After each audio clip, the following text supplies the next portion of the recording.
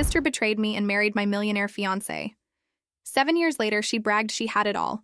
I smiled back and asked, "Have you met my husband yet?" You know that feeling, when you're about to face something you fear, but deep down you sense the universe is about to reveal a powerful, undeniable truth? That was me, standing at my mother's funeral. My heart was heavy with grief, but at the same time, a strange calm washed over me as I prepared for their entrance. 7 long years. 7 years since Odora, my own sister, stole Darius, my fiancé, my supposed future, and the man I thought I'd spend my life with. I hadn't seen either of them since the day of their betrayal. But as they walked in, Odora flaunting her oversized diamond ring with that smug smile she always wore, she had no idea who was waiting to greet her. And the look on her face when she discovered who I had married, that was priceless. My mother had always been the glue that held our family together. Growing up in a small house outside of Boston, she instilled in me values of strength and dignity. Our bond grew stronger with each passing year. Even after I moved into my own apartment downtown and started working as a marketing executive, I called her nearly every day. She was my confidant, my advisor, my biggest supporter. So when she was diagnosed with stage 4 pancreatic cancer 8 months ago, my world fell apart. Despite treatment, we knew time was running out. But Mom faced it with incredible grace, always worrying more about us than herself. Her final days were spent peacefully, surrounded by loved ones in the home she raised us in. She passed holding my hand, promising me I would one day find peace again. 6 years earlier, when I was 31, everything seemed perfect on paper. I had a solid career, friends, and a beautiful apartment. But something was missing. I worked over 60 hours a week, went on casual dates, but never found anything meaningful. Then, through my college friend Alina, I met Darius Rowan at a charity event. He was charming, confident, and magnetic, the kind of man who could light up a room. At 37, he was a self-made digital millionaire, the type of man business magazines love to feature. Our connection was instant. We shared passions for art, travel, and ambitious goals. After our very first date at a waterfront restaurant, I called my mom excitedly, "I've met someone special." Our romance quickly blossomed. Weekend trips to Martha's Vineyard, nights at the symphony, exclusive dinners. Darius was attentive, generous, constantly surprising me with gifts and elaborate plans. 16 months later, he proposed on a private yacht in Boston Harbor with a 6-carat diamond ring. I said yes immediately. My parents were thrilled, especially my mom, who threw herself into planning the dream wedding. Darius had the wealth to make anything possible, and Mom encouraged us not to hold back. Then there was my younger sister, Odora. She was only 2 years younger, but our relationship was complicated. Growing up, we were close, yet there was always an undertone of competition. If I had something, she wanted it. If I achieved something, she had to match or outdo it. Despite this, I chose her as my maid of honor. I thought maybe adulthood had cured those childish rivalries. Mom encouraged it, hoping it would bring us closer. I wanted to believe that too. When I introduced her to Darius, I noticed the way she praised him, even touched his arm a little too often. I brushed it off as her usual charm. At our engagement party, I caught her staring at him across the room, only to quickly raise her glass at me with a fake smile when I noticed. Later, Mom quietly warned me, "Be careful, honey. You know how your sister can get when she sees something she wants." I dismissed her concern. "We're adults now, Mom. Odora's happy for me." Oh, how wrong I was. 3 months before the wedding, small changes in Darius began to surface. He started working later, texting at odd hours, always blaming international clients. Our Friday date nights were canceled again and again. When we were together, he seemed distracted, constantly checking his phone. Worse, he started criticizing things he once adored about me. My laugh was suddenly too loud. My favorite blue dress, which he had once loved, now washed me out.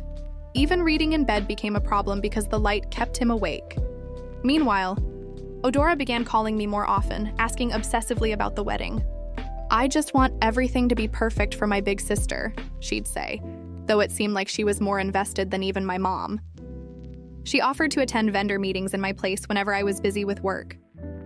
One Thursday, Darius and I went to dinner at an upscale Italian restaurant. He barely looked at me, answering with one-word replies. His phone buzzed for the 5th time, and I snapped, "Is something more important going on somewhere else?" He just muttered, "Sorry, just work stuff." Days later, I smelled an unfamiliar perfume on his collar. Heavy and floral. Nothing like what I wore. When I confronted him, he claimed it belonged to a potential investor named Wendy Mills, who hugged him goodbye. I wanted to believe him. Then, while cleaning his car for a dinner party, I found an earring wedged between the seat and console. A dangling silver earring with a small sapphire. My heart sank. I recognized it instantly. It was Odora's. She had worn them to my engagement party. When I asked Darius, he didn't flinch. "Oh, your sister must have dropped it when I gave her a ride to the florist." His tone was flat, rehearsed. Later, when I asked Odora, she echoed the exact same excuse. Too perfect. My stomach turned. I couldn't sleep that night. My therapist later told me I had ignored my instincts for too long. Darius then suggested postponing the wedding, claiming he was worried about my stress. I begged him to just tell me the truth. His embrace felt empty. Then, one night at 3 a.m., I woke up to find his side of the bed cold. From down the hall, I heard whispered words. "Not now. She'll hear us. I promise, soon." The next day, determined to put my fears to rest, I decided to surprise him with lunch at his office. I packed his favorite sandwich and headed out. But when I arrived, his secretary froze at the sight of me. "He's in a meeting," she stammered nervously, blocking my path. My gut told me everything. I pushed past her and opened the door. The sight burned into me forever. Darius with his hands on Odora's waist, their lips locked in a passionate kiss. They jumped apart, faces pale. Darius muttered, "This isn't what it looks like." Odora didn't even bother lying. She looked me straight in the eye and said, "We didn't plan this. It just happened." "How long?" I demanded. "For months," she admitted coldly. Since the engagement party, the weight of 5 months of betrayal crushed me. While I was planning my wedding, picking flowers, and writing vows, they had been sneaking behind my back. The lunch bag slipped from my hand. "I trusted you both," I whispered. Darius stepped behind his desk, putting distance between us, his voice suddenly professional, like he was closing a business deal. "Feelings change, Wendy. I was going to tell you." "After what?" "The wedding? The honeymoon?" I screamed. He clicked the intercom. "Muriel, escort Wendy out." I straightened, holding on to the last shred of dignity I had left. "Don't bother. I'm leaving. You deserve each other." I walked out, but the tears only came once I reached my car. That was the day everything collapsed. The days that followed were a blur of pain. My parents rushed to my apartment when I collapsed crying on the bathroom floor, unable to even unlock the door. My mom held me while I told them everything. My father paced angrily, swearing he'd kill Darius. Mom helped me cancel the wedding. Dad handled the finances. When I returned the engagement ring, I left it with the doorman. I couldn't bear to see him again. Odora had already moved in with him. Through friends, I learned the truth. They had been sneaking around for months, texting, meeting whenever I was away. Some acquaintances admitted they'd noticed the flirting but chose to stay silent. That betrayal cut just as deep. Family dinners became unbearable. Mom tried to reconcile us, but Odora snapped one night. "For once I got something before you did." I couldn't take it. I left. The stress worsened Dad's heart problems, and Mom aged before my eyes, desperately trying to hold the family together. 6 months later, I hit rock bottom. I was diagnosed with depression. I lost focus at work, even broke down during a presentation. My boss suggested a leave of absence. That's when I realized I needed distance. When a position opened at my company's Chicago branch, I applied. Within weeks, I moved. Mom helped me pack, gently urging forgiveness, but I wasn't ready. Dad hugged me tightly before I left. Build a life so good they'll choke on their regret. In Chicago, loneliness hit hard. My new apartment felt cold, empty. I worked long hours just to avoid going home. Then the news broke. Odora and Darius had gotten married. The photo in the magazine showed her smiling, wearing my old engagement ring. I drowned my sorrow in wine, cried until my eyes swelled shut. But the next morning, something shifted. I decided I wouldn't let them control my happiness anymore. I deleted every photo of Darius, blocked them both on social media, and forced myself to start fresh. Work became my anchor. I gained respect, handled big clients, and even built a new circle of friends.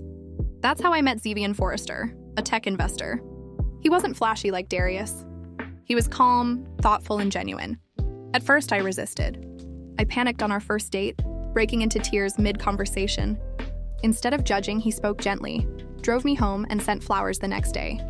No pressure, no expectations. Just wishing you peace. Slowly, he earned my trust. He respected my boundaries. He never compared me to anyone else. His love was steady, patient, real. A year later, he proposed.